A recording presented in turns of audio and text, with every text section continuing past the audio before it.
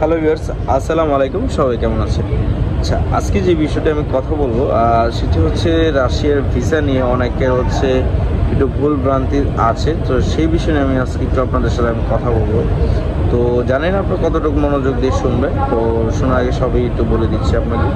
তো আজকে আমি ইন্ট্রোডিউস করে নিয়ে আমার সাথে আপনাদের হচ্ছে আমি মোহাম্মদ নহিন ইসলাম রনি, নহিন ফ্লাইওয়ার্ল্ডের ফাউন্ডার।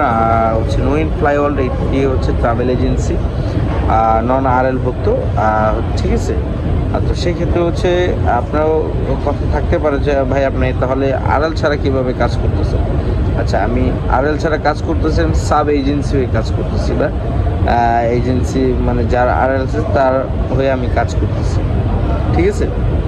তো অফিস টু অফিস আমি কাজ করতেছি, তো এই হিসাবে এটা মাথায় রাখবেন। অনেকে অনেক মন্তব্য করেন ভাই, ব্যাড কমেন্ট করেন ভাই, ধন্যবাদ কমেন্ট করার জন্য, আপনাদেরকে দেখার জন্য ধন্যবাদ, অসংখ্য ধন্যবাদ। আপনারা চাইলে এড়িয়ে যেতে পারেন যারা আমাকে ব্যাড মানুষ মনে করেন। তো আমি মনে করি এটাই। তো প্রথমত যেটা আপনাদেরকে আজকে আমি একটা ক্লিয়ার কথা বলি হচ্ছে ভিসা। আমি কয়েকটা গ্রুপে দেখেছি কয়েকজন ব্লগার নাকি হচ্ছে রাশিয়ান বিষয়ে অনেকগুলো কথা বলে। ঠিক আছে। অনেক দুশ্চিন্তায় আছেন যে কে কোন এজেন্সি থেকে যাবেন। ভাই আসলে কি এই সেক্টরটা যার আরএল আছে তারও ভুল হয়, যার আরএল নাই তারও ভুল হয়। ঠিক আছে, দুইটাই মিলিয়ে হচ্ছে সমাধান। আচ্ছা, এখানে সমাধান একটাই হচ্ছে আপনার অন্য কারো কথায় ভিত্তি করে এতটা বিশ্বাসও করা যাবে না। এটা আপনার বুঝে নিতে হবে, সে কতটা ট্রাস্টেবল বা কতটা সে ক্যাপাবিলিটি, সে কাজটা করতে পারবে কি না, সেটা হচ্ছে বড় বিষয়। এই বিষয়গুলো সবসময় মাথায় রাখতে হবে যে আপনার কী আগাবে। তো আজকে যেহেতু আমি এখন বর্তমানে আছি যমুনা ফিউচার পার্কে, তো আমার হচ্ছে আজকে সৌদির একজন বড় ভাইয়ের হচ্ছে আমার মুখ হয়ে গেছে, তার হচ্ছে আজকে ফিঙ্গার ছিল ভিসার। তো ইনশাল্লাহ আজকে তিনি অলরেডি ফিঙ্গারের জন্য অ্যাম্বাসিতে গিয়েছে। তো ইনশাল্লাহ যারা হচ্ছে যেহেতু আমি এখন বসেছি যমুনার শপিং মলের ভিতরে বসে আমি কিন্তু আজকে ব্লগটা করতেছি।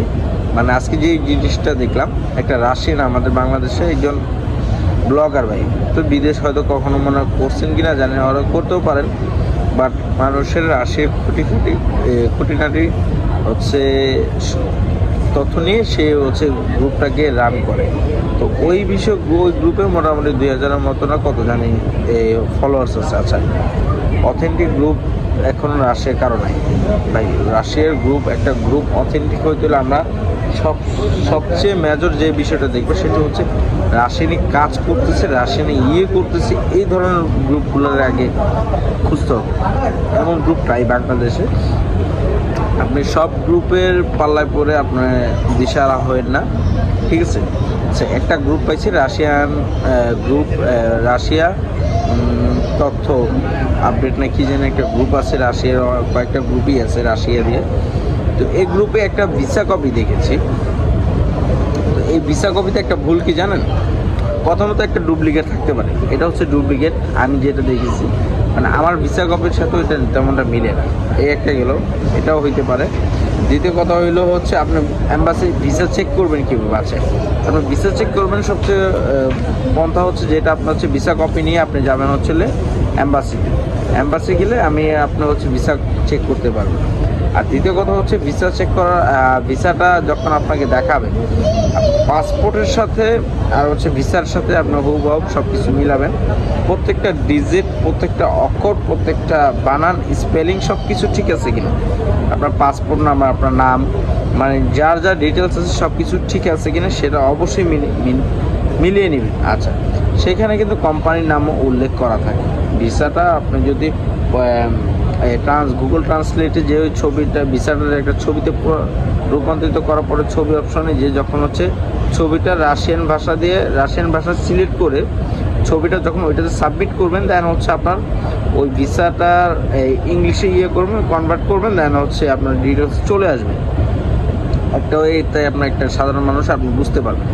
আচ্ছা, আরেকটা যে অপশন আছে যেটা হচ্ছে ভুল হয়, সেই ভুল হওয়ার কারণে দুইটা যাত্রী আমার চোখে দেখা রিসেন্টলি ফেরত আসছে। আমার এক বড় ভাইয়ের সাথে আমার যে রাশিয়াতে সিনোপেক কোম্পানিতে যেটা ছিল, সিনোপেক কোম্পানির থেকে দুইজন লোক ফেরত আসছে রিসেন্টলি। তো রিসেন্টলি হচ্ছে 12 তারিখে ফেরত আসছে, রাত 8:30 দিয়ে একটা ফ্লাইট নামছে বাংলাদেশে। ওই ক্ষেত্রে রাশের যে ওইটা ছিল, ওইটা হচ্ছে বেসিক্যালি যেটা আপনার যে সমস্যাটা ছিল সেটা হচ্ছিল গা তাদের হচ্ছে পাসপোর্টে ভুল, মানে পাসপোর্ট ভুল না, পাসপোর্ট তার সব ঠিক আছে, বাট হচ্ছে ভিসাতে ভুল। ভিসা যখন স্ট্যাম্পিং করা হয়েছে, হয়তো কম্পিউটার অপারেটর হচ্ছে টাইপিংয়ে ভুল করছে, অ্যাম্বাসি থেকে ভুল হয়েছে, ঠিক আছে। আচ্ছা, অ্যাম্বাসিতে ভুল হওয়ার কারণটা অ্যাম্বাসি ভুল করছে, ঠিক আছে, বাট এটা সংশোধন করা উচিত ছিল আগে, কিন্তু এমন হয়নি। তো ওই হিসাবে এগুলো সবসময় আগে মাথায় রাখবেন।